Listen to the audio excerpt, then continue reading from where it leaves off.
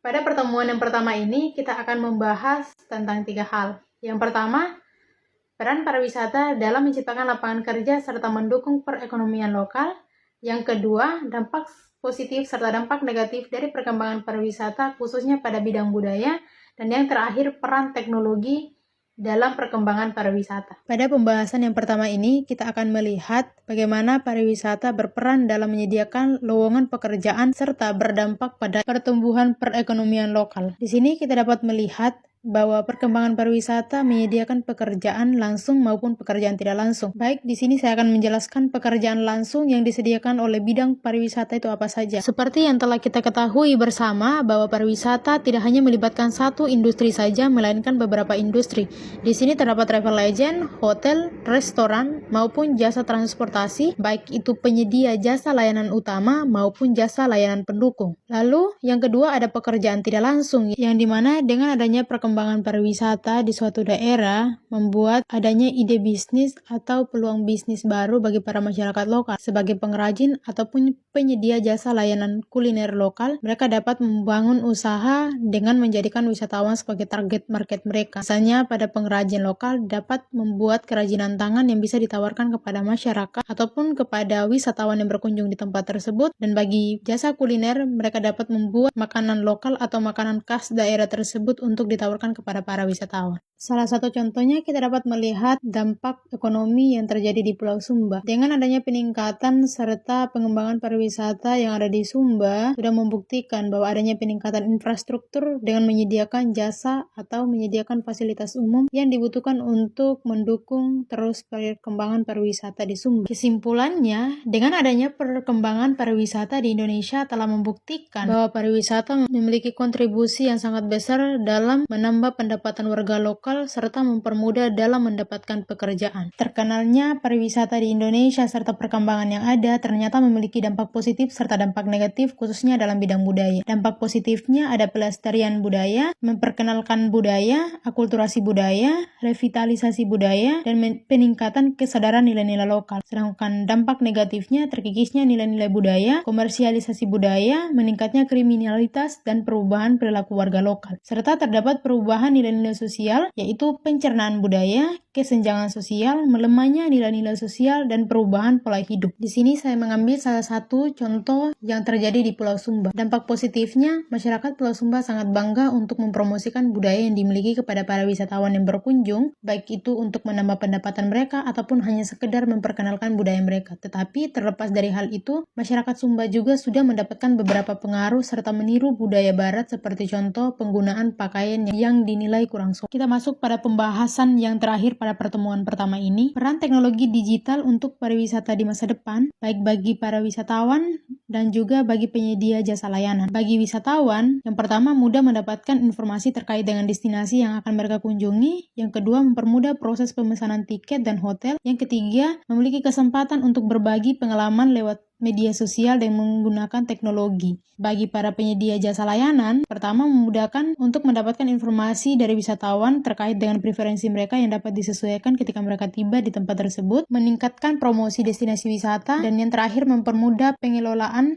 dan manajemen baik hotel, restoran, maupun transportasi. Pada pertemuan yang kedua ini, kita akan berfokus untuk membahas tentang karakteristik pariwisata dan motivasi wisatawan, yang dimana terdapat jenis-jenis pariwisata serta motivasi seorang wisatawan memutuskan untuk melakukan perjalanan atau melakukan pemilihan jenis wisata yang akan ia nikmati ke depannya ketika berkunjung. Adapun jenis-jenis wisata, yaitu yang pertama, pariwisata alam. Pariwisata alam adalah jenis perjalanan wisata yang dilakukan untuk menikmati keindahan alam seperti pantai, bukit, danau, gunung, hutan, dan taman nasional. Yang kedua, pariwisata budaya. Pariwisata budaya adalah jenis pariwisata yang bertujuan untuk mengeksplorasi kekayaan budaya suatu tempat seperti sejarah, tradisi lokal, dan seni. Pariwisata ini dapat dilakukan dengan mengunjungi bangunan bersejarah, melihat pertunjukan seni, menikmati perjalanan transportasi lokal, serta melihat cara hidup komunitas lokal yang berada di tempat tersebut. Yang ketiga ada pariwisata religi. Pariwisata religi adalah kegiatan pariwisata yang bertujuan untuk melakukan kegiatan keagamaan seperti berziarah serta mengunjungi tempat-tempat ibadah seperti wihara, pura, masjid, dan gereja, serta kelenteng agung dan tempat ibadah lainnya. Yang keempat, yaitu pariwisata kuliner. Pariwisata kuliner adalah pariwisata yang berfokus pada kegiatan wisata dengan mengunjungi tempat-tempat untuk mencicipi makanan dan minuman khas suatu daerah. Pariwisata ini dapat dilakukan dengan mendatangi pasar tradisional, restoran lokal, dan festival makanan seperti bazar yang biasa diadakan di suatu daerah tertentu. Pemilihan tempat wisata juga disebabkan oleh dua faktor. Yang pertama, faktor psikolog, dan yang kedua, faktor sosiologis. Faktor psikolog, faktor ini cenderung mengarah pada kepribadian wisatawan dan juga motivasi yang dapat berasal dari kebutuhan akan relaksasi, eksplorasi, atau pencarian pengalaman baru yang sesuai dengan kepribadian individu itu sendiri. Seperti introvert yang cenderung memilih destinasi tenang, sedangkan extrovert yang menyukai aktivitas sosial, sehingga hal ini sangat berpengaruh pada pemilihan tempat destinasi yang dapat disesuaikan dengan preferensi mereka. Yang kedua, ada faktor sosiologis. Faktor ini juga sangat berpengaruh pada pemilihan tempat wisata yang dapat disesuaikan dengan sikap dan preferensi terhadap suatu destinasi yang dibentuk oleh informasi yang diterima dari media, pengalaman pribadi, dan rekomendasi dari orang lain, yang pada akhirnya membentuk pandangan terhadap daya tarik destinasi tersebut, sehingga ia dapat memilih akan mengunjungi destinasi tersebut atau tidak. Kita akan masuk pada pembahasan yang kedua, yaitu hal-hal yang memiliki peran penting pada ekonomi domestik dan internasional dalam konteks pasca pandemi. Di sini ada kontribusi jenis pariwisata kesehatan, MICE, dan juga olahraga. Perlu kita ketahui bahwa pariwisata kesehatan atau wellness tourism adalah bentuk perjalanan yang bertujuan untuk meningkatkan kesehatan fisik dan mental melalui berbagai aktivitas seperti spa, yoga, serta pengobatan alternatif. Adapun hubungannya antara pariwisata kesehatan dan peningkatan kualitas hidup terletak pada kemampuannya memberikan ruang bagi individu untuk melakukan pemulihan fisik dan mental serta terpadu di lingkungan yang mendukung serta sebagai alat untuk meningkatkan kesejahteraan secara menyeluruh, baik jasmani maupun rohani. Lalu yang kedua, ada kontribusi pariwisata MICE. MICE adalah singkatan dari Meeting, Incentive, Conference, dan Exhibition. Pariwisata MICE ini berfokus pada perjalanan yang terkait dengan kegiatan bisnis atau konferensi seperti pertemuan perusahaan, perjalanan insentif, serta pameran skala besar. Keterkaitan antara pariwisata MICE dan pertumbuhan ekonomi terletak pada dampak langsungnya terhadap berbagai industri pendukung seperti perhotelan, transportasi yang turut mengalami peningkatan permintaan. Hal ini menunjukkan bahwa pariwisata MICE tidak hanya berfungsi sebagai wadah pertemuan bisnis, tetapi juga sebagai motor penggerak yang memperkuat perekonomian suatu daerah melalui peningkatan kegiatan komersil. Dan yang terakhir yaitu kontribusi pariwisata olahraga. Pariwisata olahraga merupakan bentuk wisata yang berfokus pada kegiatan olahraga, baik sebagai peserta maupun penonton. Dalam berbagai event seperti kejuaraan internasional, adapun keterkaitannya antara pariwisata olahraga dan perekonomian suatu wilayah terletak pada tingginya arus kunjungan wisatawan yang hadir untuk mengikuti atau menyaksikan ajang olahraga yang secara tidak langsung meningkatkan pendapatan sektor-sektor pendukung seperti akomodasi, transportasi, dan pariwisata lokal. Lalu terdapat peran infrastruktur dan juga teknologi digital. Peran infrastruktur sangat mendukung perkembangan pariwisata di suatu daerah, yang dimana infrastruktur ini dibangun oleh pemerintah dengan menyediakan fasilitas umum seperti jalan, bandara, dan fasilitas umum lainnya yang mendukung ketika wisatawan datang berkunjung di tempat tersebut. Dari peran peningkatan infrastruktur yang sangat penting dalam mendukung perkembangan suatu destinasi atau suatu tempat wisata, kita dapat melihat bahwa peran pemerintah dalam mendukung pengembangan wisata domestik tercermin melalui berbagai kebijakan termasuk regulasi, pemberian insentif bagi pelaku industri pariwisata, serta keterlibatan pemerintah daerah. Yang berkaitan juga dengan insentif berupa bantuan finansial atau kemudahan perizinan juga diberikan guna mendorong pertumbuhan sektor pariwisata, terutama bagi pelaku usaha kecil dan menengah. Peran teknologi dalam industri pariwisata sangat signifikan, terutama melalui aplikasi perjalanan, platform e-commerce, dan media sosial yang mempengaruhi perilaku wisatawan domestik serta pengembangan destinasi wisata. Aplikasi perjalanan memudahkan wisatawan dalam merencanakan dan memesan tiket ataupun akomodasi secara efisien, sementara platform e-commerce menyediakan akses mudah terhadap layanan tambahan seperti paket wisata dan oleh-oleh lokal. Adapun media sosial sosial berfungsi sebagai alat promosi yang kuat bagi destinasi wisata, di mana konten visual dan ulasan dari pengguna mempengaruhi preferensi dan keputusan perjalanan wisatawan. Hal ini menunjukkan bahwa teknologi tidak hanya mempercepat proses perencanaan perjalanan, tetapi juga memperluas jangkauan promosi destinasi, sehingga meningkatkan kunjungan wisatawan secara signifikan. Dan pembahasan terakhir terkait dengan perilaku wisatawan dan faktor yang mempengaruhi pemilihan destinasi. Perilaku wisatawan sendiri dipengaruhi dari status sosial dan juga norma budaya. Status sosial dan tingkat ekonomi seseorang atau keluarganya memainkan peran signifikan dalam mempengaruhi keputusan bepergian, baik dari segi kemampuan finansial, jenis perjalanan yang dipilih, maupun destinasi yang dituju. Individu dengan status ekonomi yang lebih tinggi cenderung memiliki fleksibilitas untuk memilih perjalanan mewah yang menawarkan kenyamanan seperti resort bintang 5 atau destinasi internasional. Adapun bagi mereka dengan ekonomi menengah atau rendah, perjalanan yang lebih terjangkau dengan anggaran terbatas menjadi pilihan yang realistis, yang biasanya berfokus pada destinasi domestik atau kegiatan wisata yang hemat. Lalu, perilaku wisatawan juga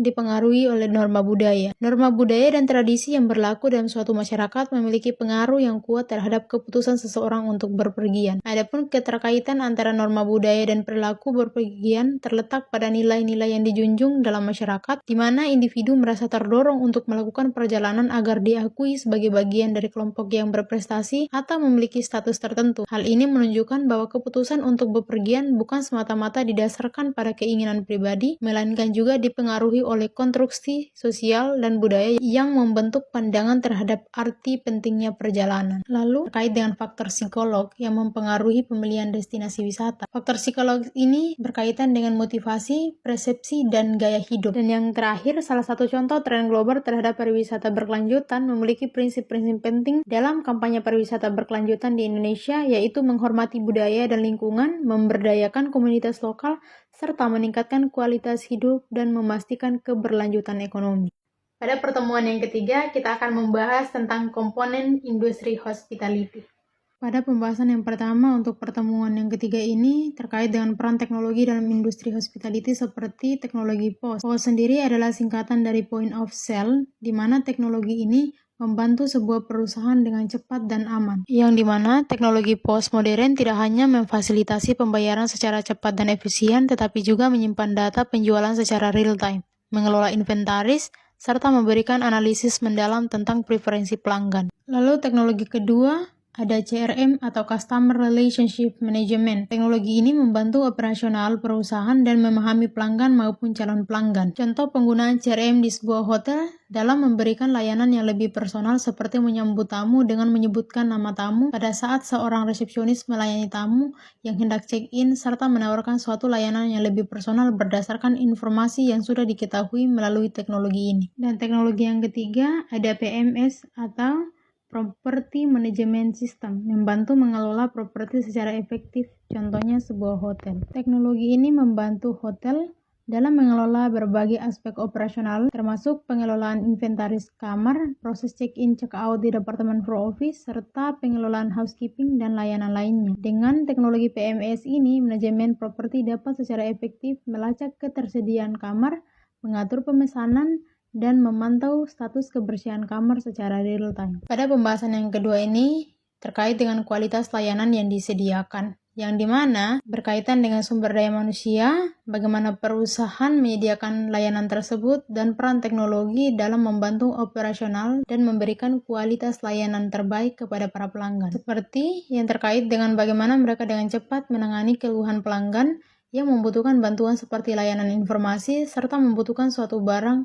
Oleh karena itu, sebuah hotel harus benar-benar melatih para karyawan sehingga mereka dapat memenuhi standar layanan yang dibutuhkan oleh para tamu. Peran teknologi dalam meningkatkan kualitas layanan yang disediakan berkaitan dengan sistem reservasi otomatis yang berperan dalam meningkatkan kualitas layanan. Dengan adanya penggunaan sistem ini dapat dengan mudah membantu calon tamu sehingga melakukan reservasi serta mengetahui ketersediaan kamar di hotel tersebut, serta dapat berkomunikasi dengan pihak hotel terkait dengan informasi permintaan khusus, dan juga dapat membantu pihak hotel dalam menyiapkan kebutuhan dari calon tamu seperti kamar dan juga transportasi jika dibutuhkan. Pada pembahasan yang ketiga ini terkait tren global untuk keberlanjutan industri hospitality, kita dapat melihat bahwa keberlanjutan industri hospitality tidak hanya dilakukan oleh satu orang saja, melainkan berbagai pihak yang memiliki kepentingan dalam industri hospitality. Yang pertama, terdapat komponen-komponen seperti masyarakat setempat, pengusaha, pemerintah daerah, dan juga pengunjung. Lalu, dengan adanya usaha untuk keberlanjutan industri hospitality ini membutuhkan loyalitas pelanggan, yang dimana keuntungannya tidak hanya bagi perusahaan, juga bagi pelanggan, karyawan, dan juga masyarakat setempat. Dan yang terakhir,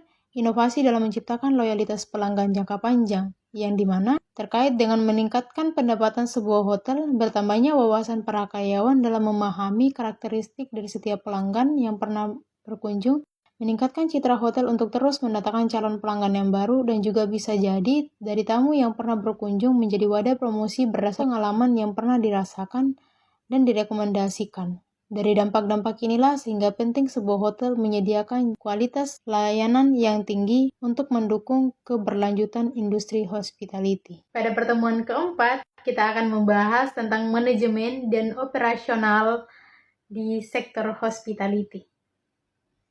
Pembahasan yang pertama yaitu segmentasi pasar dan branding serta penetapan harga dinamis. Segmentasi pasar merupakan salah satu strategi pemasaran yang dilakukan untuk mengenal target konsumen dan menciptakan produk yang sesuai dengan kebutuhan mereka. Segmentasi pasar ini bisa dari usia, pendapatan, gaya hidup, serta kebutuhan khusus pelanggan yang memungkinkan bisnis untuk mengelompokkan pelanggan sesuai dengan profil mereka. Lalu yang kedua, branding. Branding adalah aktivitas yang dilakukan untuk mempertahankan serta memperkuat merek atau brand sehingga mampu memberikan perspektif ke orang lain. Dan yang ketiga, penetapan harga dinamis. Penetapan harga dinamis adalah strategi yang mengenakan harga berbeda kepada pelanggan untuk barang atau jasa berdasarkan kondisi pasar. Lalu ada pembahasan kedua terkait dengan usaha untuk memenuhi ekspektasi pelanggan. Ini dapat dilakukan dengan pengumpulan data preferensi pelanggan yang dapat memungkinkan personalisasi yang lebih baik. Lalu yang kedua, pemetaan perjalanan pelanggan yang dirancang dengan baik tidak hanya menguraikan interaksi pelanggan yang dapat menyoroti area di mana bisnis dapat berkembang dan unggul, yang berkaitan dengan mengidentifikasi momen-momen menyenangkan, hambatan dan potensi penurunan,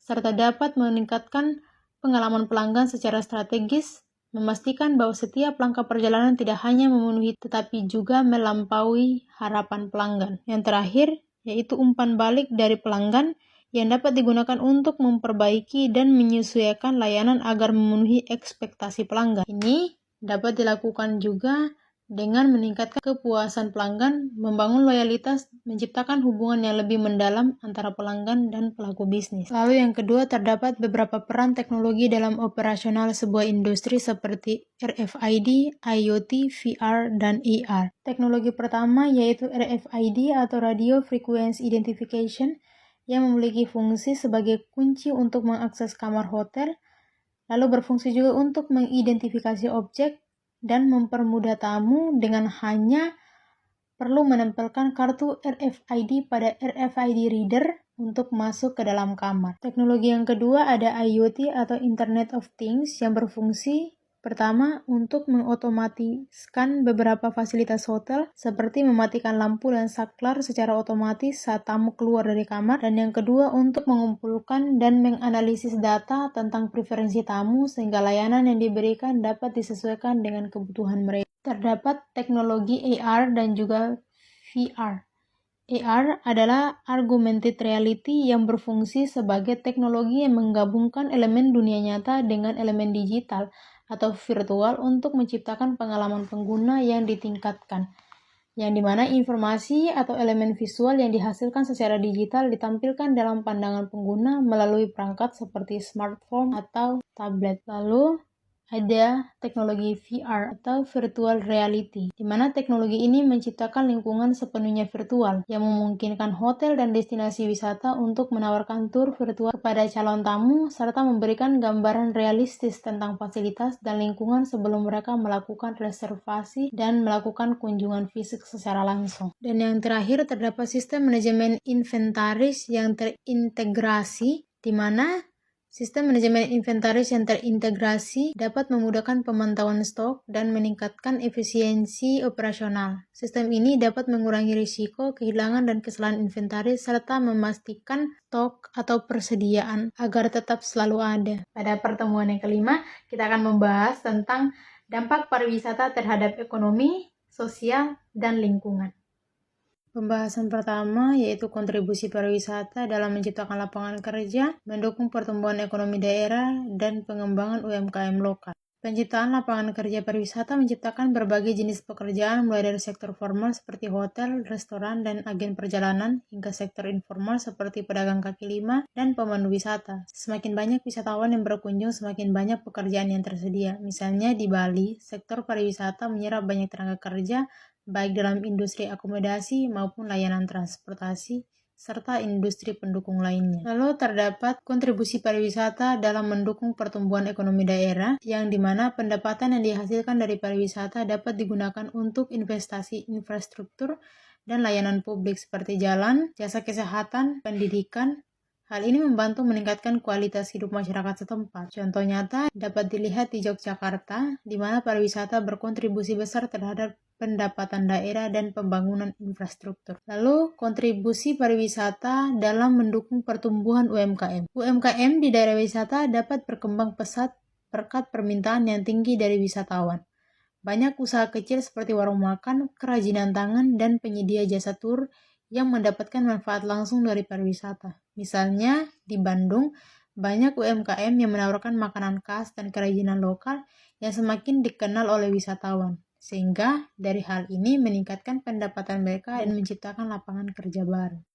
Pada pembahasan yang kedua ini terdapat dampak negatif dari pariwisata. Polusi ini terdiri dari udara, air, dan juga suara. Yang pertama, udara. Dengan adanya peningkatan jumlah kendaraan pesawat dan kapal yang digunakan oleh wisatawan dapat menyebabkan polusi udara yang meningkat. Lalu, yang kedua, air. Aktivitas pariwisata seperti pembuangan limbah dari hotel dan restoran, serta kegiatan olahraga air dapat mencemari sumber air dan mengganggu ekosistem perairan. Dan yang ketiga, suara. Kebisingan dari keramaian dan aktivitas pariwisata dapat mengganggu kehidupan satwa liar dan kenyamanan penduduk lokal. Yang kedua, degradasi ekosistem. Degradasi ekosistem ini dapat terjadi melalui kegiatan seperti pembangunan infrastruktur wisata, seperti hotel, jalan, dan taman hiburan yang seringkali mengakibatkan hilangnya habitat alami. Misalnya pembukaan lahan untuk resort dapat merusak hutan dan ekosistem yang ada. Lalu, terlalu banyak pengunjung ke lokasi wisata alam dapat menyebabkan kerusakan fisik pada tanah, vegetasi, dan satwa liar. Yang ketiga, ada penggunaan sumber daya alam secara berlebihan. Wisatawan memerlukan sumber daya seperti air dan energi dalam jumlah besar yang dapat menyebabkan kekurangan bagi penduduk lokal. Di daerah yang rawan kekeringan seperti Bali, penggunaan air untuk kebutuhan pariwisata seringkali bertentangan dengan kebutuhan masyarakat. Untuk mengurangi dampak negatif, maka praktik pariwisata berkelanjutan yang dapat diterapkan. Yang pertama, pengelolaan sumber daya alam. Dengan cara mengimplementasikan sistem pengelolaan yang baik untuk air dan energi seperti terbarukan dan pengolahan air limbah yang efisien. Dan yang kedua dapat dilakukan dengan cara mengedukasi wisatawan dan pelaku industri mengenai pentingnya konservasi sumber daya. Lalu yang kedua, terkait dengan pariwisata berkelanjutan, yaitu keterlibatan komunitas. Melibatkan masyarakat lokal dalam perencanaan dan pengelolaan destinasi wisata untuk memastikan bahwa mereka mendapatkan manfaat dari pariwisata dan berperan aktif dalam menjaga lingkungan. Dan yang kedua, dapat dilakukan dengan cara mendorong wisatawan untuk berinteraksi dengan budaya lokal secara bertanggung jawab dan mendukung produk lokal. Yang ketiga, dapat dilakukan dengan adanya kebijakan dan regulasi yang dimana pemerintah daerah dapat menerapkan regulasi untuk membatasi jumlah pengunjung ke lokasi sensitif dan menerapkan pajak untuk kegiatan pariwisata yang merusak lingkungan, dan mengembangkan program sertifikasi untuk hotel dan penyedia jasa yang menerapkan praktik ramah lingkungan. Dan yang terakhir, yaitu edukasi dan kesadaran, yang dapat dilakukan dengan menyediakan edukasi bagi wisatawan tentang pentingnya menjaga lingkungan dan mengurangi jejak ekologis, menggunakan media sosial dan kampanye untuk meningkatkan kesadaran akan praktik pariwisata berkelanjutan. Peran pemerintah dalam menangani dampak negatif yang ditimbulkan dari perkembangan pariwisata. Yang pertama, kebijakan dan regulasi. Kebijakan dan regulasi ini dapat dilakukan dengan 3 cara. Yang pertama, perencanaan dan pengelolaan ruang. Yang kedua, pembatasan dan pengawasan. dan yang ketiga, pajak dan insentif. Hal kedua yang dapat pemerintah lakukan untuk menangani dampak negatif yaitu edukasi dan kesadaran, yang dapat dilakukan dengan adanya program edukasi untuk wisatawan dan juga pelatihan untuk pelaku industri. Dan yang terakhir, solusi yang dapat ditawarkan pemerintah untuk menangani dampak negatif yaitu keterlibatan komunitas lokal, yang dapat dilakukan dengan 3 cara, yaitu partisipasi dalam perencanaan, yang kedua dukungan ekonomi, dan yang terakhir pengawasan dan pelaporan terkait dengan isu ataupun setiap informasi yang terjadi di destinasi tersebut. Pada pertemuan ke-6, kita akan membahas teknologi dan inovasi dalam pariwisata dan hospitality. Pembahasan 1 terdiri dari self-reservation, otomatisasi, big data, VR, dan AR. Self-reservation. Dengan sistem self-reservation, pelanggan dapat melakukan pemesanan secara mandiri. Ini tidak hanya meningkatkan kenyamanan tetapi juga mengurangi waktu tunggu. Menggunakan aplikasi mobile, pelanggan dapat memilih kamar, jadwal, dan melakukan pembayaran dengan mudah. Otomatisasi. Otomatisasi dalam operasional hotel membantu mengurangi biaya dan meningkatkan efisiensi. Dari check-in hingga check-out, teknologi ini memungkinkan pengelolaan yang lebih baik, mengurangi kesalahan manusia, dan memberikan pengalaman yang lebih lancar bagi tamu dan lebih efisien. Lalu terdapat teknologi VR dan AR. Dengan penggunaan teknologi VR dan AR, menawarkan pengalaman imersif bagi wisatawan. Dengan teknologi ini juga, calon tamu dapat menjelajahi tempat sebelum memesan, membuat keputusan yang lebih informatif, dan meningkatkan kepuasan pelanggan. Dengan penerapan sistem big data, industri pariwisata dapat menganalisis perilaku pelanggan dan tren pasar. Data ini memungkinkan penyedia layanan untuk menyesuaikan penawaran mereka, meningkatkan targeting, dan mengoptimalkan pengalaman pelanggan berdasarkan preferensi yang teridentifikasi. Pada pembahasan yang kedua terkait dengan peran teknologi IoT, blockchain, aplikasi mobile, dan teknologi cloud serta machine learning. Teknologi Internet of Things atau IoT memungkinkan pengumpulan data secara real-time, memberikan informasi yang bermanfaat bagi wisatawan dengan sensor pintar yang dapat memantau kondisi tempat wisata dan memberikan rekomendasi yang lebih baik sehingga meningkatkan pengalaman dan kenyamanan pelanggan. Teknologi blockchain yang berfungsi untuk keamanan. Menggunakan blockchain dalam pariwisata membantu memastikan transaksi yang aman dan transparan. Sistem ini dapat mengurangi penipuan dan meningkatkan kepercayaan antara penyedia layanan dan wisatawan, menjadikan pengalaman mereka lebih aman dan terpercaya. Lalu ada penerapan aplikasi mobile yang inovatif. Aplikasi mobile memiliki peran dalam memberikan informasi dan layanan kepada wisatawan dengan fitur seperti peta interaktif dan rekomendasi personal. Aplikasi ini membantu wisatawan merencanakan perjalanan mereka dengan lebih baik dan menikmati pengalaman yang lebih baik. Penggunaan sistem cloud dan machine learning. Penggunaan cloud computing dan machine learning memungkinkan analisis data besar untuk memahami perilaku wisatawan. Dengan analisis prediktif, penyedia layanan dapat menawarkan pengalaman yang lebih personal dan relevan, serta meningkatkan kepuasan dan loyalitas pelanggan. Pada pembahasan terakhir, terdapat VR dan AR dalam pariwisata, yang dimana teknologi ini memiliki fungsi dalam dunia pariwisata, yaitu meningkatkan pengalaman perjalanan, meningkatkan keterlibatan, dan mempromosikan destinasi. Dan pada pertemuan ke-7 ini, kita akan membahas tentang tren masa depan dalam pariwisata dan industri hospitality. Pariwisata berkelanjutan merupakan konsep yang bertujuan untuk memastikan bahwa kegiatan wisata memberikan manfaat ekonomi, sosial, dan lingkungan jangka panjang tanpa merusak destinasi yang dikunjungi. Prinsip pariwisata berkelanjutan yaitu terdiri dari 3. Yang pertama, pengelolaan sumber daya alam yang efisien. Yang kedua, melibatkan komunitas lokal. Dan yang ketiga, mengurangi jejak karbon. Contoh konkret, pertama, penggunaan energi terbarukan yang terdiri dari panel surya di bangunan publik dan turbin angin. Lalu yang kedua, pembatasan jumlah pengunjung yang terjadi di Taman Nasional Komodo, yang dimana untuk berkunjung ke sana perlu melakukan reservasi terlebih dahulu karena dibatasi jumlah pengunjungnya. Dan untuk program konservasi dapat dilakukan dengan pengelolaan sampah dan program penanaman pohon. Lalu terdapat peran komunitas lokal. Komunitas lokal memiliki peran penting dalam perencanaan dan pengelolaan destinasi wisata. di mana keterlibatan mereka memastikan bahwa manfaat ekonomi dari sektor pariwisata dapat dirasakan secara langsung oleh masyarakat setempat. Tentunya dari keterlibatan komunitas lokal memiliki beberapa manfaat. Yang pertama, manfaat ekonomi, yang dimana membantu menciptakan lapangan kerja, meningkatkan pendapatan lokal, dan mengurangi kemiskinan. Lalu, manfaat yang kedua yaitu pemberdayaan masyarakat, meningkatkan kapasitas dan keahlian mereka sehingga dapat berkontribusi lebih baik dalam pengelolaan sumber daya. Dan manfaat yang ketiga yaitu pelestarian budaya dan lingkungan, melestarikan tradisi dan lingkungan mereka, menciptakan kesadaran akan pentingnya budaya dan ekosistem lokal. Tantangan bagi komunitas lokal dalam menghadapi perkembangan pariwisata terdiri dari 4. 1. Keterbatasan sumber daya. Yang kedua, kurangnya pelatihan. Yang ketiga, konflik internal.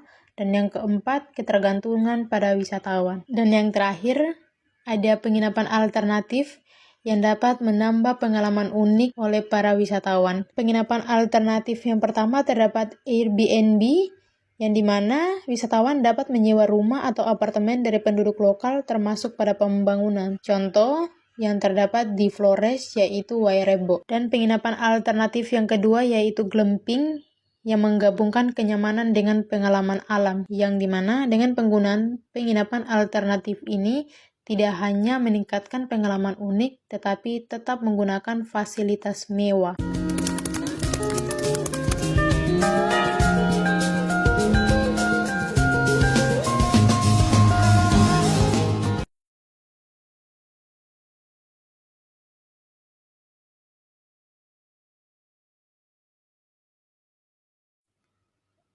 Serta mendukung keamanan serta kenyamanan untuk dari setiap pelanggan atau wisatawan yang menggunakan wisatawan yang menggunakan penginapan alternatif ini.